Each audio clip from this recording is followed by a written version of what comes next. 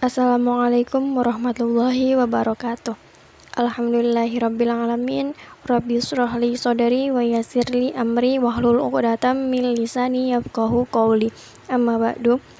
Pertama-tama yang kami hormati Bapak Hikmatullah SHI MSy selaku dosen mata kuliah Fikih Mawaris dan teman-teman sekalian yang kami banggakan.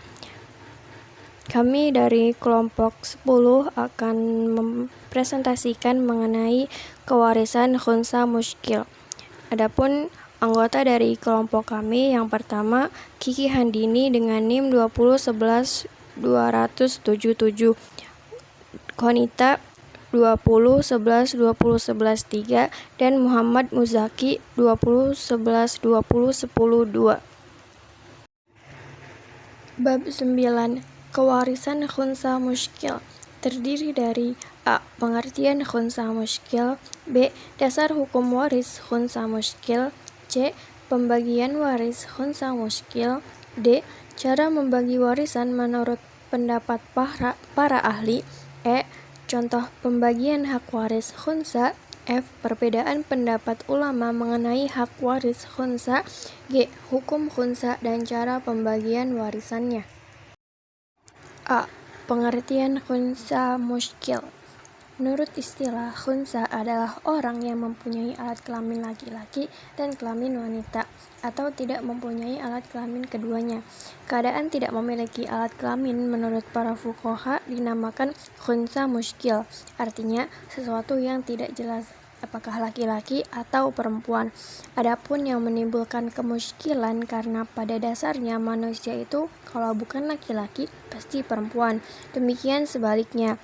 Di dalam Al-Quran, dalam ayat-ayat mawaris tidak disebutkan bahwa khunsa dikecualikan dalam pembagian warisan.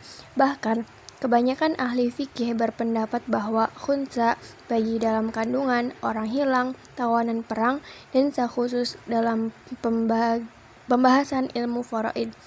Ini berarti bahwa orang yang memiliki hak yang sama dengan ahli waris lain dalam keadaan normal dan tidak dapat dibagikan begitu saja. B. Dasar hukum waris khunsa muskil. Sesungguhnya Allah Subhanahu wa Ta'ala telah menciptakan manusia sepasang laki-laki dan perempuan. Allah menjadikan anak Adam itu dua jenis yang berbeda, yaitu laki-laki dan perempuan. Setiap anak Adam dari dua jenis ini mempunyai kelamin masing-masing dan tanda-tanda khusus. Apabila anak Adam yang dilahirkan dengan ciri-ciri laki-laki dan perempuan atau tidak memiliki tanda-tanda khusus sebagaimana laki-laki atau perempuan, maka dia dinamakan khunsa. Selain itu, Rasulullah SAW bersabda, "Berilah warisan anak khunsa ini atau sebagai laki-laki atau perempuan, mengingat dari alat kelamin yang mula pertama dipergunakannya untuk buang air kecil." Hadis riwayat Ibnu Abbas. Penentuan status seorang khunsa apabila seorang khunsa tidak memiliki tanda-tanda yang tidak menunjukkan kelakian atau keperempuanannya sehingga sulit diketahui statusnya, dinyatakan ia sebagai khunsa muskil. Jadi, yang dimaksud dengan khunsa muskil adalah seseorang yang mempunyai keganjalan dalam organ tubuhnya sehingga sulit atau tidak dapat diketahui statusnya sebagai laki-laki atau C. Cara pembagian warisan menurut pendapat para ahli. Cara menentukan pembagian warisan bagi khunsa muskil diantaranya sebagai berikut. 1. Untuk menentukan besarnya warisan yang diberikan kepada seorang khunsa tersebut dengan menentukan kejelasan jenis kelamin yang bersangkutan. 2. Cara lain untuk menentukan jenis kelamin ialah dengan meneliti tanda-tanda kedewasaan dari seorang khunsa. 3. Selanjutnya, apabila samar-samar apakah laki-laki atau perempuan, maka dalam hal ini lahir beberapa doktrin atau pendapat diantaranya. A.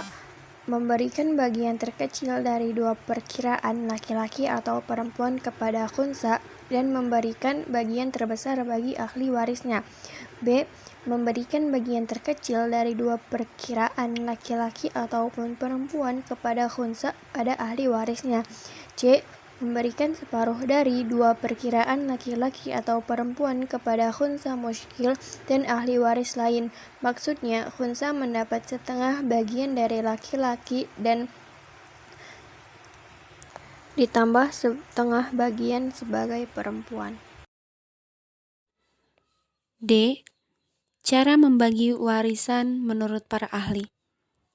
Berkait dengan kewarisan khunsa muskil, ada 4 pendapat yang dipaparkan oleh ulama mazhab, yaitu yang pertama, ulama Hanafiyah berpendapat bahwa khunsa muskil mendapatkan warisan yang paling sedikit, yaitu bagian di antara keadaannya, sebagian laki-laki dan wanita. Kemudian yang kedua, pendapat dari ulama Syafi'iyah berpendapat bahwa bagian setiap ahli waris banci yang diberikan dalam jumlah yang minimal. Kemudian selanjutnya, pendapat dari ulama Malikiyah berpendapat bahwa khunsa diberi bagian sebesar pertengahan antara bagian laki-laki dan perempuan. Kemudian yang terakhir, yaitu yang keempat, pendapat dari ulama Hambaliyah yang mempunyai 2 pendapat mengenai kondisi al-khunsa, yaitu yang pertama, kondisi di mana kejelasan status al-khunsa masih bisa diharapkan, kemudian yang kedua, kondisi di mana kejelasan al-khunsa tidak dapat diharapkan lagi. E. Contoh pembagian hak waris banci atau khunsa. Seorang wafat dan meninggalkan seorang anak laki-laki dan seorang yang banci. Di mana penyelesaiannya di sini? Jika dianggap laki-laki, berarti ahli waris ada 2 orang anak laki-laki. Keduanya dalam hal ini adalah sebagai ashabah bin nafsi dan mewarisi seluruh harta dengan masing-masing memperoleh setengah bagian. Kemudian, jika dianggap perempuan, berarti ahli warisnya seorang anak laki-laki dan seorang perempuan. Dalam hal ini, mereka adalah sebagai ashabah bil ghair, dengan ketentuan bagi anak laki-laki sama dengan 2 kali bagian anak perempuan. Jadi anak laki-laki memperoleh 2/3, sedangkan anak perempuan memperoleh 1/3. Dari kedua macam anggapan ini, pembagiannya itu diantaranya menurut mazhab Hanafi, bagian anak laki-laki 2/3, bagian anak banci atau setengah laki-laki dan setengah perempuan itu 1/3. Dan sedangkan menurut mazhab Hanafiyah, bagian anak laki-laki yaitu setengah, bagian anak banci yaitu 1/3. Sisanya 1/6 ditahan sampai jelas statusnya laki-laki atau perempuan. Kemudian menurut mazhab Maliki, bagian anak laki-laki 7/12, yang dimana dihasilkan dari setengah dikali setengah ditambah 2/3 yang menghasilkan 7/12. Kemudian bagian anak banci yaitu 5/12 yang dihasilkan dari setengah dikali setengah ditambah 1/3 yang hasilnya yaitu 5/12. F. Perbedaan pendapat ulama mengenai hak waris khunsa. Pertama, menurut Imam Hanafi, khunsa diberikan bagian yang terkecil dari 2 perkiraan laki-laki dan perempuan, sedangkan ahli waris lain diberikan bagian yang terbesar dari 2 perkiraan laki-laki dan perempuan. Kedua, menurut Imam Syafi'i, semua ahli waris termasuk khunsa diberikan bagian yang terkecil dan meyakinkan dari 2 perkiraan, dan sisanya ditahan atau ditawakufkan sampai persoalan khunsa menjadi jelas atau sampai ada perdamaian untuk saling menghibahkan atau tawahub di antara para ahli waris. Yang ketiga, menurut Imam Maliki, semua ahli waris termasuk khunsa diberikan separuh dari 2 perkiraan laki-laki dan perempuan atau nilai tengah dari 2 perkiraan. Menurut Imam Hambali, berpendapat seperti Imam Syafi'i dalam hal khunsa masih dapat diharapkan menjadi jelas status jenis kelaminnya, tetapi dalam hal status khunsa tidak dapat diharapkan menjadi jelas. Pendapat beliau mengikuti pendapat Imam Maliki.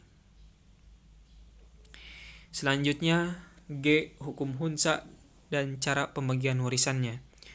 Untuk khunsa, menurut pendapat yang paling rajih, hak waris yang diberikan kepadanya hendaknya yang paling sedikit di antara 2 keadaannya. Keadaan bila ia sebagai laki-laki dan sebagai wanita.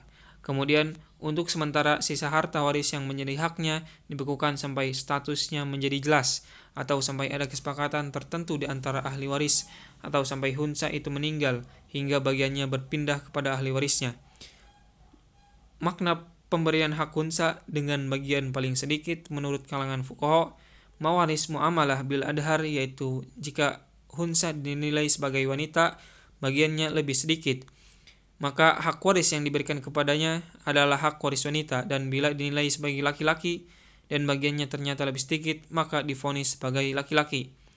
Bahkan dalam mazhab Imam Syafi'i, bila dalam suatu keadaan salah seorang dari ahli waris gugur haknya dikarenakan adanya hunsa dalam salah satu dari dua status, yakni sebagai laki-laki atau wanita, maka gugurlah hak warisnya.